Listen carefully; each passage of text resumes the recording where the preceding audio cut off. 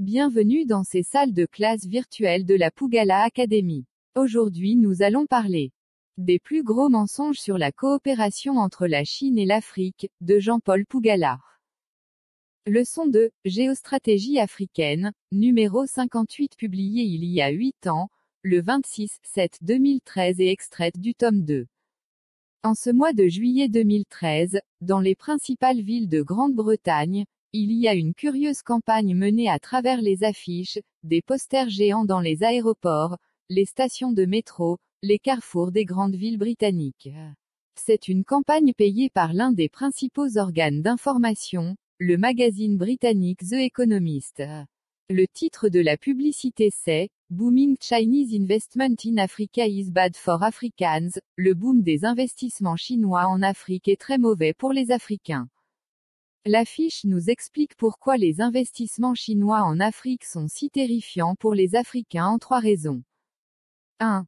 Les Chinois soutiennent des gouvernements dictatoriaux en Afrique. 2. Les usines chinoises d'habillement en Afrique du Sud payent moins que le salaire minimum autorisé. 3. Les éléphants sont en train de disparaître en Afrique de l'Est à cause des Chinois. Et à la fin, le public britannique est interrogé sur le parti qu'ils vont prendre. Ce que le très célèbre magazine britannique a oublié sur ses affiches, ceci. 4. La Chine est responsable des pluies diluviennes et des moustiques en Afrique tropicale. Et même un 5. La Chine est responsable du manque d'eau dans le désert du Sahara et du Kalahari. Cette publicité est la preuve même que dans la tête de certains Européens, les Africains sont encore des bébés à qui il faut encore enseigner à marcher. Comment ne pas leur donner raison s'il existe un seul Africain qui participe à ce lynchage d'un nouveau genre contre la Chine en Afrique sans se poser la question de savoir pourquoi c'est notre prédateur traditionnel qui souffre tant de la présence de la Chine en Afrique. Beaucoup d'Africains résidant en Occident sont à tel point aplatis sur les idées et opinions de leurs maîtres blancs qu'ils ne construisent leur opinion de la Chine que sur des connaissances forgées à travers la propagande des médias mensonges de l'Occident. Le plus simple pour eux serait pourtant qu'ils fassent un petit voyage et un séjour d'au moins 6 mois en Chine. Cela leur permettrait, non pas pour connaître la Chine, mais pour comprendre ce qu'est réellement l'Occident, du bluff, du simple bluff qu'on entretient au quotidien par des fables dans lesquelles ils seraient toujours les guides du monde et la Chine ne serait qu'un feu de paille. Lorsqu'ils séjourneront en Chine, ils comprendront de même pourquoi l'Occident est fini. Et que tout le blabla d'Obama sur le chômage des jeunes, le blabla de l'Union européenne sur les dettes publiques de la zone euro à mutualiser, n'est qu'un vieux disque rayé qui récite des mots qui n'ont aucun rapport avec la dureté d'un monde, qu'ils ne maîtrisent pas et qu'ils croient interpréter toujours avec l'arrogance des patrons d'hier. Voici un florilège des mensonges sur la coopération entre la Chine et l'Afrique, savamment entretenus par les médias occidentaux.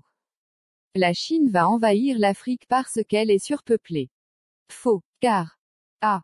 La Chine n'est pas surpeuplée. Avec une densité de 141 habitants au kilomètre carré, la Chine est moins peuplée que la plupart des principaux pays asiatiques, mais aussi européens et africains, notamment le Nigeria, 189 habitants, kilomètre carré, la Suisse, 194 habitants, kilomètre carré, l'Italie, 204 habitants kilomètre carré, l'Allemagne, 227 habitants au kilomètre carré, le Pakistan, 243 habitants, kilomètre carré, le Royaume-Uni, 260 habitants, kilomètre carré, le Japon, 337 habitants, kilomètre carré, l'Inde, 391 habitants, kilomètre carré, les Pays-Bas, 405 habitants, kilomètre carré, la Corée du Sud, 491 habitants, kilomètre carré.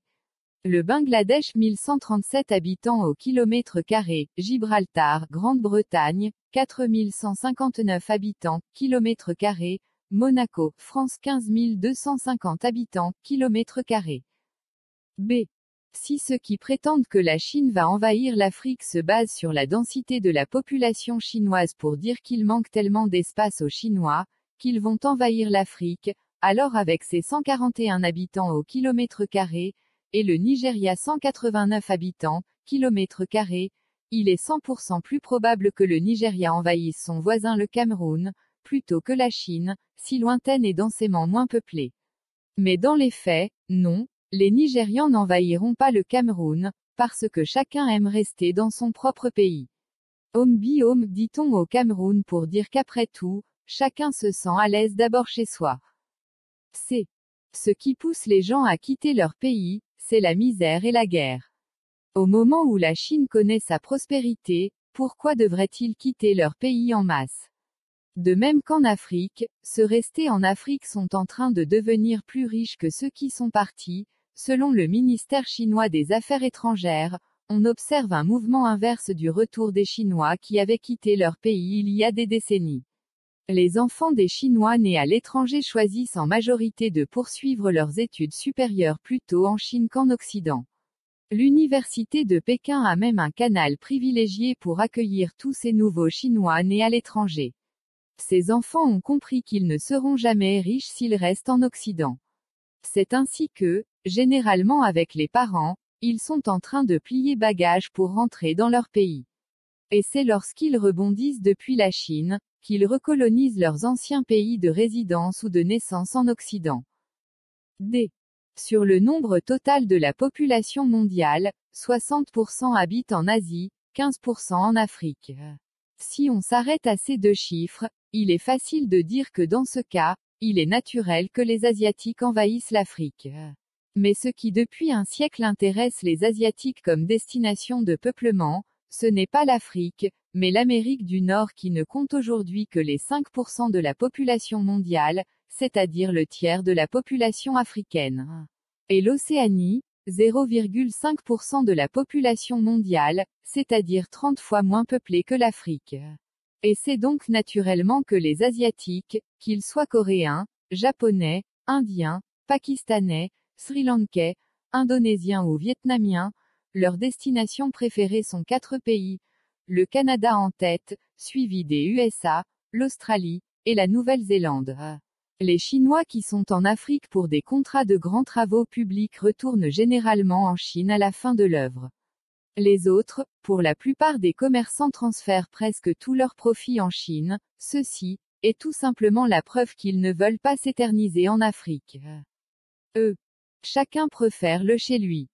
Selon les Nations Unies, depuis 100 ans, le nombre des immigrés est resté stable autour de 3%. Ainsi, en 2010, il y avait 214 millions d'immigrés dans le monde, c'est-à-dire 3,1% de la population mondiale. En 1990, ils étaient 2,9% de la population mondiale, et 2,3% en 1965. Selon la même source, en 2005, il y avait 62 millions de personnes nées au sud vivant au nord, 61 millions de personnes qui ont immigré d'un pays du sud vers un autre pays du sud et 14 millions de personnes nées au nord et vivant au sud, 53 millions de personnes qui sont passées d'un pays du nord vers un autre pays du nord. Les migrations significatives sont généralement effectuées entre deux pays voisins.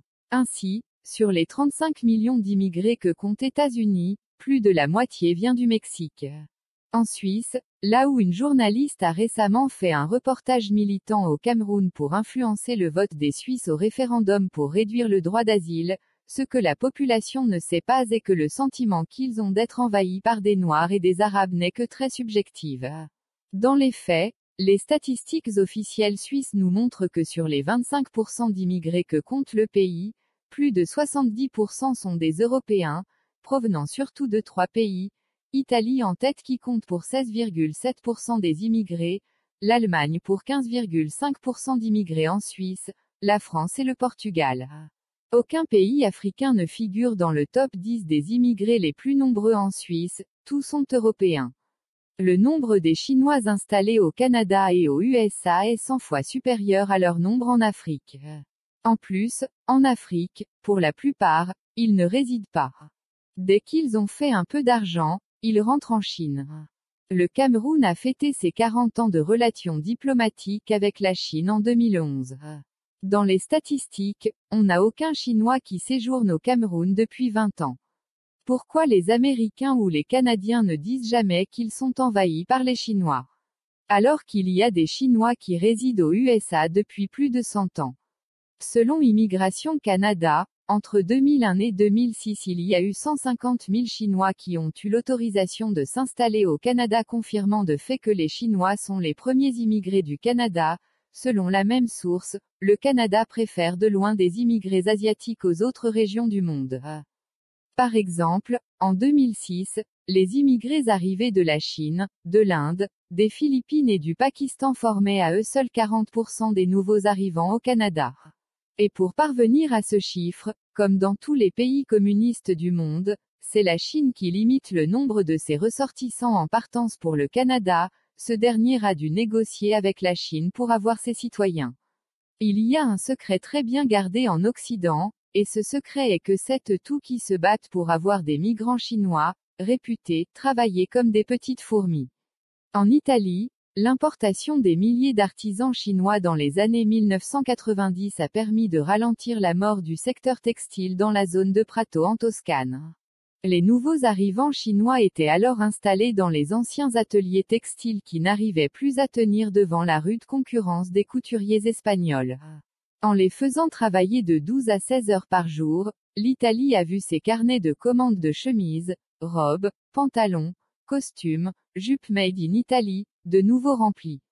Le Canada a dû négocier avec la Chine et a arraché un accord en 1994, garantissant à tout Chinois que l'État jugerait éligible, pour partir, de devenir systématiquement résident permanents au Canada. Il n'existe à ce jour, un tel accord avec aucun pays africain et le Canada. Même la délégation du Québec, dont la mission est de faire venir au Québec un nombre significatif de migrants francophones pour briser l'hégémonie des Canadiens anglophones, se garde bien de donner la priorité à des pays africains. Elle aussi, préfère les migrants chinois, dans l'espoir que travaillant comme des petites fourmis 12 heures par jour, ils vont contribuer à dynamiser l'économie du pays, alors que pour les Africains, c'est le contraire. La perception est que les Africains qui demandent à immigrer au Canada, sont des personnes qui n'aiment pas le travail et fuient leur pays dans l'illusion de trouver ou gagner beaucoup en travaillant moins. En d'autres termes, ce sont ceux qui disent aux Africains que les Chinois vont les envahir qui vont négocier pour recevoir les Chinois chez eux en nombre, par l'assouplissement des conditions d'arrivée de ces Chinois, et c'est la Chine qui ne veut pas. Si la Chine limite ses citoyens qui s'installent au Canada, pourquoi devrait-elle du jour au lendemain multiplier par 10 le nombre de vols entre la Chine et l'Afrique, juste pour se débarrasser de ses citoyens et envahir l'Afrique? Que voudrait-elle prendre qu'elle ne prend pas déjà au Canada? Si pour les autorités publiques en Occident, les travailleurs chinois peuvent dynamiser des secteurs entiers de leurs économies, pourquoi dès lors qu'il s'agit des mêmes Chinois en Afrique, leur présence serait plutôt catastrophique pour l'économie africaine? La suite de la leçon, avec 6 des 15 livres qui m'ont servi pour son écriture, vous sont offerts au format PDF à télécharger sur la plateforme Jean-Paul Pougalard. Jeudi le 1er avril 2021. Si cette leçon t'a plu, alors nous t'invitons à cliquer sur j'aime et partager la vidéo. Surtout n'oublie pas d'activer la cloche de notification pour recevoir nos futures leçons. Ciao et à bientôt.